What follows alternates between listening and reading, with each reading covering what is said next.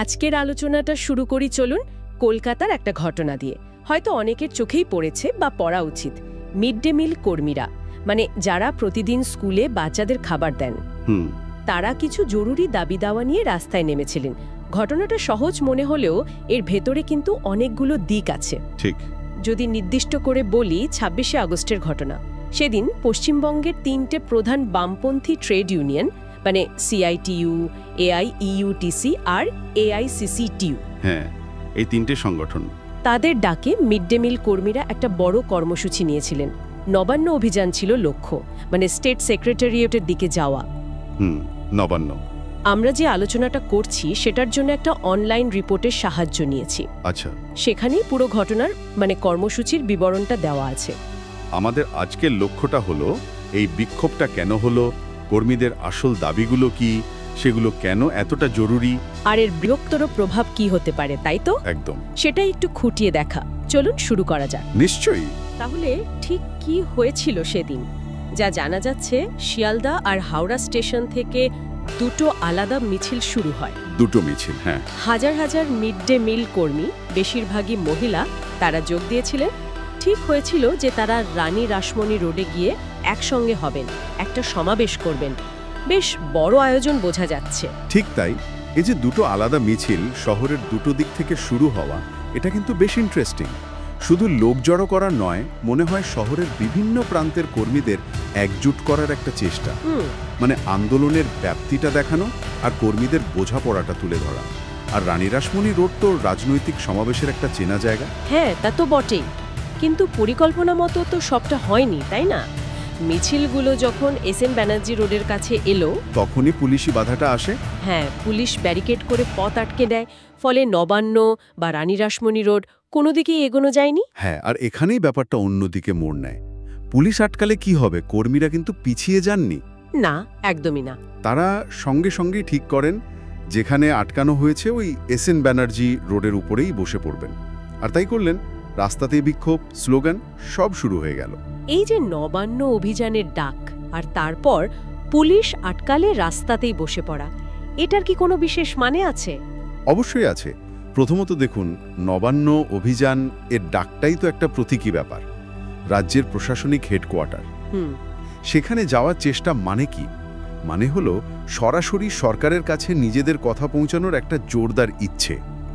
এটা বোঝায় যে সমস্যাটা তারা লোকাল লেভেলে রাখতে চাইছেন না, একেবারে পলিসি মেকারদের কাছে যেতে চাইছেন।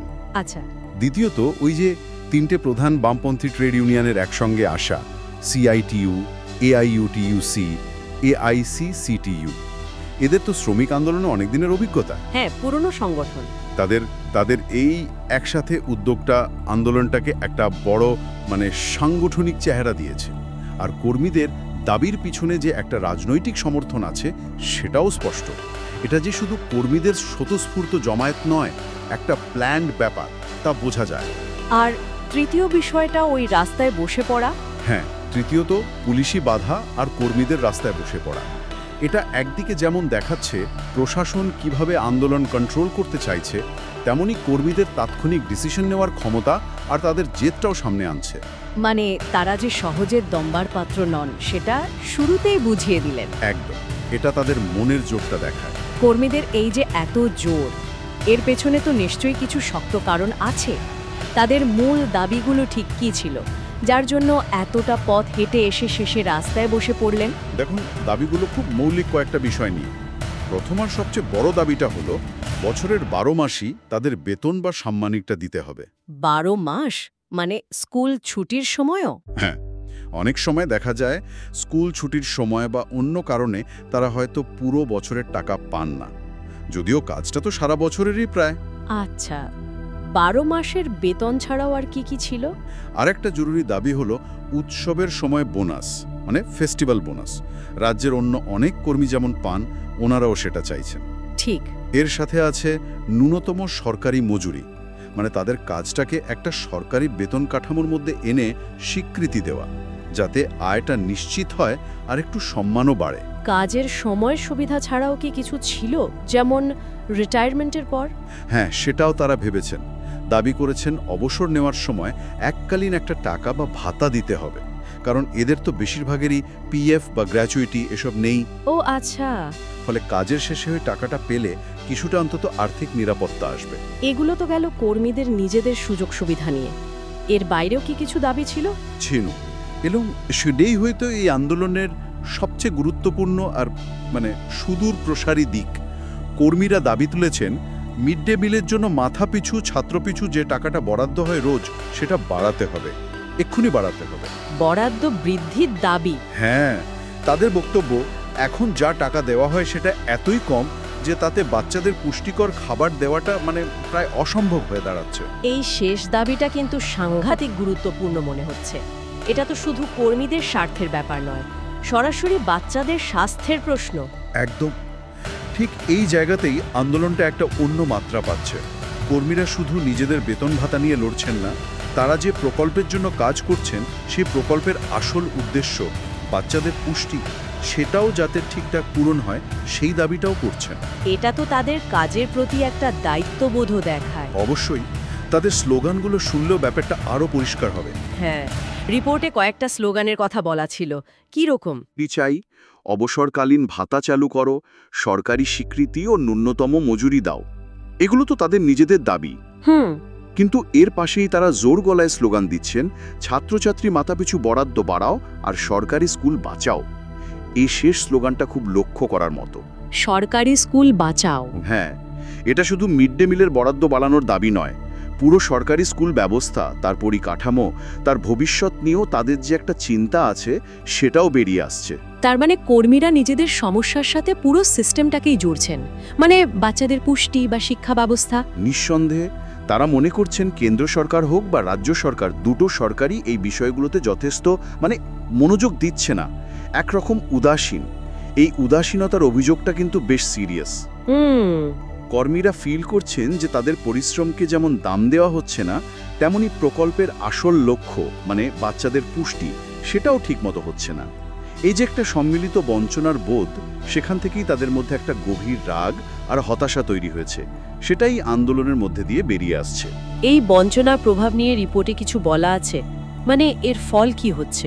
হ্যাঁ, কর্মীরা যা বলছেন, এই কম বরাদ্দ আর সরকারি উদাসীনতার ফলে শুধু যে তাদের নিজেদের চালানো মুশকিল হচ্ছে তাই নয়, স্কুলের বাচ্চারাও ভালো মানের যথেষ্ট পুষ্টিকর খাবার পাচ্ছে না। এটা তো মিড ডে মিল প্রকল্পের মূল উদ্দেশ্যকেই ধাক্কা দেয়। একদম, প্রকল্পের লক্ষ্যই তো ছিল স্কুলে বাচ্চাদের আনা, ধরে রাখা আর তাদের পুষ্টি বাড়ানো। সেটাই যদি না হয় তাহলে পুরো প্রকল্পটা সাকসেস নিয়ে তো প্রশ্ন উঠবে। এই আন্দোলনের নেতৃত্বে কারা ছিলেন? কোনো চেনা মুখ কি দেখা গেছে? হ্যাঁ, মিছিলের সামনে সিআইটিইউর রাজ্য নেত্রী গার্গী চট্টোপাধ্যায় ছিলেন। এছাড়াও 3টে ট্রেড ইউনিয়নেরই অন্য নেতারাও ছিলেন। আচ্ছা, এটা প্রমাণ করে যে আন্দোলনটা শুধু কর্মীদের জমায়েত নয়, এর পেছনে একটা অর্গানাইজড লিডারশিপও আছে, যারা দাবি দাওয়াগুলোকে ঠিক পথে নিয়ে যাওয়ার চেষ্টা করছেন। অভিজ্ঞ নেতৃত্বের উপস্থিতি আন্দোলনকে একটা বাড়তি ওজন দেয় বইকি। কর্মীরা এরপর কি ভাবছেন? এখানেই কি শেষ? না না, একেবারেই না। রিপোর্ট যা বলছে, কর্মীরা খুবই দৃঢ় মনস্বস্তয়ে আছেন। তারা পরিষ্কার বলে দিয়েছেন তাদের যে ন্যায্য দাবিগুলো আছে সেগুলো পূরণ না হওয়া পর্যন্ত আন্দোলন চলবে। তারা চালিয়ে যাবেন। হ্যাঁ, এই দিনের কর্মসূচিকে তারা একটা বড় লড়াইয়ের অংশ হিসেবেই দেখছেন, হাল ছাড়ার কোনো প্রশ্নই নেই, এমনটাই তাদের হাবভাব। এই যে জেদটা, এটা কিন্তু একদিনে হয়নি, এটা অনেক দিনে জমে থাকা ক্ষোভ, বঞ্চনার অভিজ্ঞতা আর নিজেদের দাবির প্রতি তাদের যে বিশ্বাস, তারই প্রতিফলন। এখন দেখার বিষয় হলো সরকার কি করে। সরকার কি আলোচনায় বসবে বা কোনো সমাধান সূত্র বের করবে? সেটাই প্রশ্ন। এই ধরনের আন্দোলনের ভবিষ্যৎ তো অনেকখানি নির্ভর করে প্রশাসনের রেসপন্সের উপর, আর অবশ্যই আন্দোলনটা চালিয়ে নিয়ে যাওয়ার মতো সাংগঠনিক ক্ষমতা আর রিসোর্সের উপরও। তার এই কর্মীদের ভালো থাকা আর মিড ডে মিল প্রকল্পের সাফল্য, এই দুটো বিষয় কি অঙ্গাঙ্গিভাবে জড়িত? নিশ্চিতভাবে। এটাকে আলাদা করে দেখার কোনো উপায় নেই। যারা রোজ রান্নাটা করছেন, বাচ্চাদের দিচ্ছেন, সেই কর্মীদের যদি মিনিমাম সম্মান, আর্থিক নিরাপত্তা বা কাজের পরিবেশ না দেওয়া হয়, তাহলে সেটা তো কোয়ালিটির উপর প্রভাব ফেলবেই। ঠিক। ধরুন, কম পয়সায় খারাপ জিনিস কিনতে হচ্ছে বা কম বেতনের জন্য কর্মীদের কাজের ইচ্ছেটাই চলে যাচ্ছে। এর সব কিছু শেষ এফেক্ট তো পড়বে বাচ্চাদের পাতে, তাই না? তাই কর্মীদের অধিকার রক্ষা করাটা আসলে প্রকল্পের লক্ষ্য পূরণেরই একটা পার্ট, একটা হোলিস্টিক ভিউ দিয়ে দেখতে হবে। তাহলে আজকের আলোচনা থেকে যা যা উঠে এলো যদি একটু গুছিয়ে নিই। 26শে আগস্ট কলকাতায় রাস্তায় নামলেন হাজার হাজার মিড ডে মিল কর্মী। 3টি বামপন্থী ট্রেড ইউনিয়নের নেতৃত্বে প্ল্যান ছিল নবান্ন অভিযান।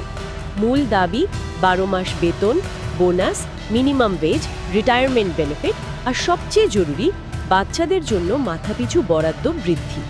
হ্যাঁ, এইগুলোই প্রধান দাবি। পুলিশি বাধায় গন্তব্যে পৌঁছতে পারেননি, এসএন ব্যানার্জি রোডেই বসে পড়েন। তাদের মূল অভিযোগ সরকারের উদাসীনতায় ভুগছেন তারা, আর বাচ্চারাও ভালো পুষ্টি পাচ্ছে না। ঠিক। আর তারা তাদের দাবিতে খুবই শক্ত অবস্থানে আছেন, আন্দোলন চালিয়ে যাবেন। মোটামুটি এই হলো সারমর্ম। হ্যাঁ, আর এই সারমর্মের বাইরেও ঘটনাটা আমাদের কয়েকটা বড় প্রশ্ন নিয়ে ভাবতে বাধ্য করে। প্রথমত, মিড ডে মিলের মতো যে জনকল্যাণমূলক প্রকল্পগুলো আছে সেগুলোর পরিচালনা আর সাস্টেনেবিলিটির প্রশ্ন। স্থায়িত্বের প্রশ্ন। এই প্রকল্পগুলো তো লক্ষ লক্ষ মানুষের জীবনকে ছুঁয়ে যায়, বিশেষ করে গরিব ঘরের বাচ্চাদের। কিন্তু এর সাফল্যের জন্য যারা আসল কাজটা করছেন সে কর্মীদের অবস্থার উন্নতি না হলে লং টার্মে প্রকল্পটা কতটা সফল হবে, এটা একটা বড় প্রশ্ন। দ্বিতীয়ত, এই ঘটনাটা কর্মীদের অধিকার আর প্রকল্পের যে ঘোষিত লক্ষ্য তার মধ্যে একটা টানাপোড়েন তৈরি করতে পারে। একদিকে কর্মীদের ন্যায্য দাবি মেটানো জরুরি, আবার অন্যদিকে দেখতে হবে পরিষেবাটা যেন ঠিকঠাক চলে, কোয়ালিটি যেন বজায় থাকে। এই ব্যালেন্সটা রাখা খুব কঠিন। একদম। এই ভারসাম্য রক্ষা করাটা পলিসি মেকারদের জন্য একটা বিরাট চ্যালেঞ্জ। অনেক সময় বাজেট বা অন্য কারণে এই ব্যালেন্স রাখা যায় না। ঠিক। আর তৃতীয় যে বিষয়টা খুব পরিষ্কার সেটা হলো সরকারি প্রকল্পের একেবারে গ্রাসরুট লেভেলে যারা কাজ করেন তাদের শ্রমের ঠিকঠাক মূল্যায়ন আর স্বীকৃতির অভাব। প্রায় দেখা যায় এই ধরনের কর্মীরা অস্থায়ী, কম মাইনে পান, কোনো সোশ্যাল সিকিউরিটি নেই। অথচ তাদের কাজটা খুব জরুরি। সেটাই, কাজটা জরুরি পরিষেবা, অথচ তাদের নিজেদের জীবনটাই অনিশ্চিত। এই মিড ডে মিল কর্মীদের আন্দোলন সেই বড় ছবিটারই একটা অংশ। সত্যি তাই। এদের অবদান তো অস্বীকার করার উপায় নেই, বিশেষ করে যখন ভাবি যে প্রতিদিন লক্ষ লক্ষ বাচ্চার প্রাথমিক পুষ্টির দায়িত্ব এদের হাতে। তাদের দাবিগুলো শুধু শ্রমিক অধিকারের প্রশ্ন নয়, এটা জনস্বাস্থ্যেরও প্রশ্ন। আলোচনা শেষ করার আগে একটা বিষয় একটু ভাবার জন্য রেখে যাই। যখন কোনো একটা নির্দিষ্ট গ্রুপের কর্মীদের দাবি দেওয়া, যেমন এখানে মিড ডে মিল কর্মীদের সরাসরি একটা বড় পাবলিক সার্ভিসের বাচ্চাদের পুষ্টির কোয়ালিটির সঙ্গে জড়িয়ে যায়, তখন সেই আন্দোলন বা দাবিগুলোর প্রতি আমাদের মানে বৃহত্তর সমাজ বা নীতি নির্ধারকদের অ্যাটিটিউডটা ঠিক কেমন হওয়া উচিত? আমরা কি এগুলোকে শুধু একটা বেতন বা সুবিধার লড়াই হিসেবে দেখব, নাকি জনস্বার্থ রক্ষার একটা জরুরি অংশ হিসেবে ধরে নিয়ে আরও সেন্সিটিভিটির সাথে আরও প্রায়োরিটি দিয়ে বিষয়গুলো দেখব? এই প্রশ্নটা হয়তো আমাদের এই ধরনের সিচুয়েশনগুলোকে আরও গভীরে বুঝতে আর সমাধান করতে হেল্প করতে পারে।